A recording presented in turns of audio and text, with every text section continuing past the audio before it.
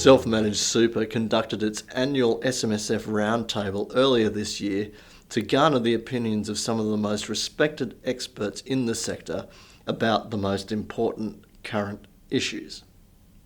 We began by asking whether or not we'd seen an end to the proposal to change the franking credit system. It is an interesting one. I guess the answer is we've seen the end of it for 3 years. Have we seen the end of it in the next election? I would be surprised. I believe that there will be some work done on that policy, and I think that it will be likely. I can't tell the Labor Party what to do, but I would not be surprised if they would put it forward again as an election policy next time round.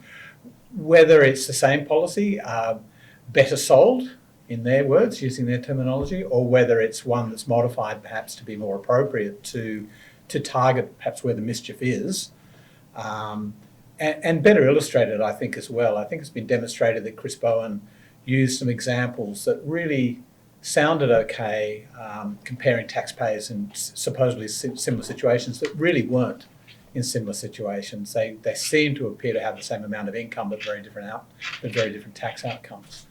But equally, it can be said that you could have, in their proposal, someone who's on the age pension in March 2018 with exactly the same level of income, and someone who's got on the age pension at the end of March in 2018 with exactly the same level of income, having a very different result as well under the proposals that they had, where there was clearly an exact synergy between the income that they had. So I don't think it's a dead issue at all, is where we're going. And as I said, I wouldn't be surprised if it features in some manner or some form in the next election as part of the Labor Party.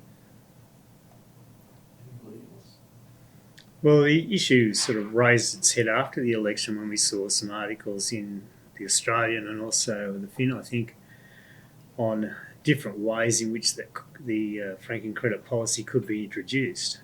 But it seems to have died a little bit from what it was, which was a good thing.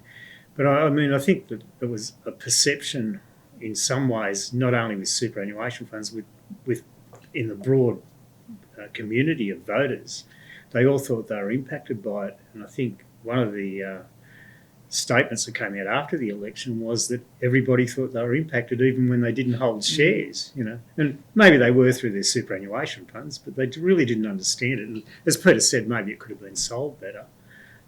Maybe it has gone away, but I think it might, because it's been raised, it may continue to crop up every now and again, even though no action will be taken. And then if there is a change of government, at the next election, see whether the policies are put forward in a different form and maybe sold in a different way that people might accept better.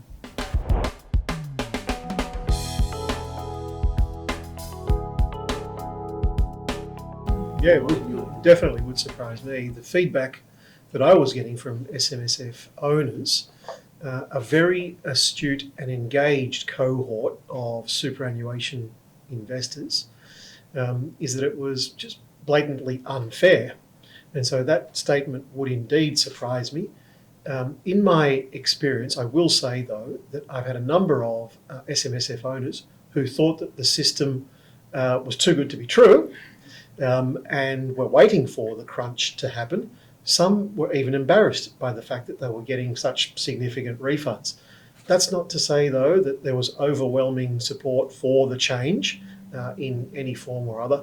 The vast majority of an engaged and astute cohort decried it as unfair, particularly because of its application to SMSFs and not other forms of superannuation savings.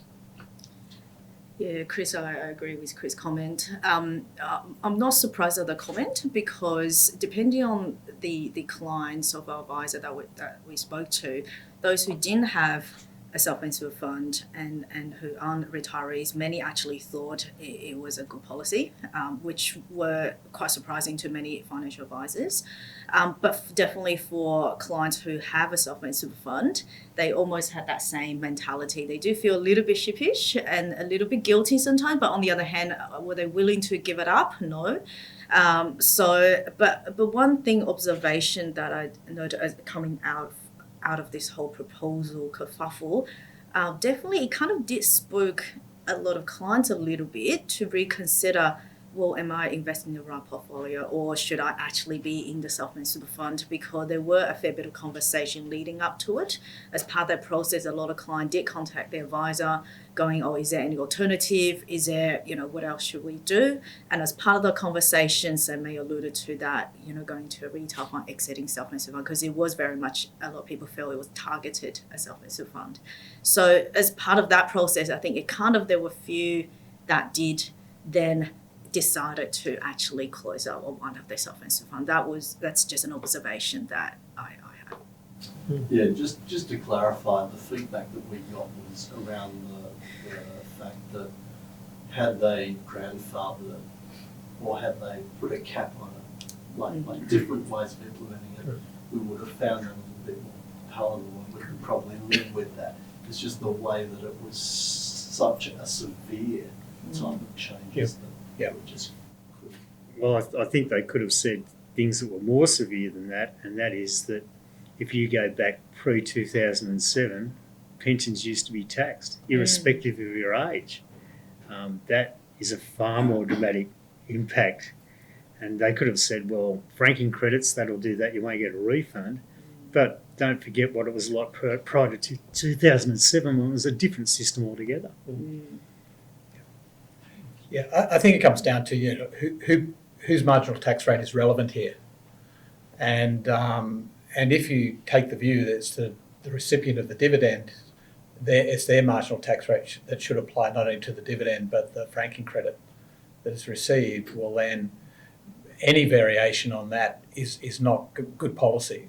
And that's clearly where the imputation system sits at the moment. So that, you might argue probably that perhaps the tax rates of the individuals might need to change to reflect perhaps a better use of that. But I think that that's even less likely than some of the other options that are out there. So if you do take that view, that it's not the corporate rate, which is the rate that must apply, it's the rate that applies initially, but it's the recipient of the dividends whose marginal rate ultimately must apply in order to make sure there's appropriate tax equity through the various levels of income that are received, then even to argue that there should be a cap on the level of refunds you can get and so on is really just a short-term measure to acknowledge that previous policies allowed very large funds to be created, and we're still waiting for those very large funds to work their way out of the system. And until they do, and they become irrelevant, when those large funds, which are no longer really able to be created because the level of money you can put into superannuation is just not significant enough to create those multi-million-dollar funds, at least not overnight. As soon as you take those out of the system, then even a cap doesn't tend to make a lot of sense, because most people will find themselves, and I think it was acknowledged, the vast majority of the taxpayers would be under even something as low as a $7,000 refund cap. Most individual investors and SMSF trustees would be below that cap. The other question is, if you've got a self-managed super fund with 3 members, does each member get a $7,000 cap? Or does the fund only get one cap of $7,000? There are all those sort of complications you immediately start to bring into the discussion, all of which I'm sure can be worked out, but they're the sort of things you need to be thinking about as well.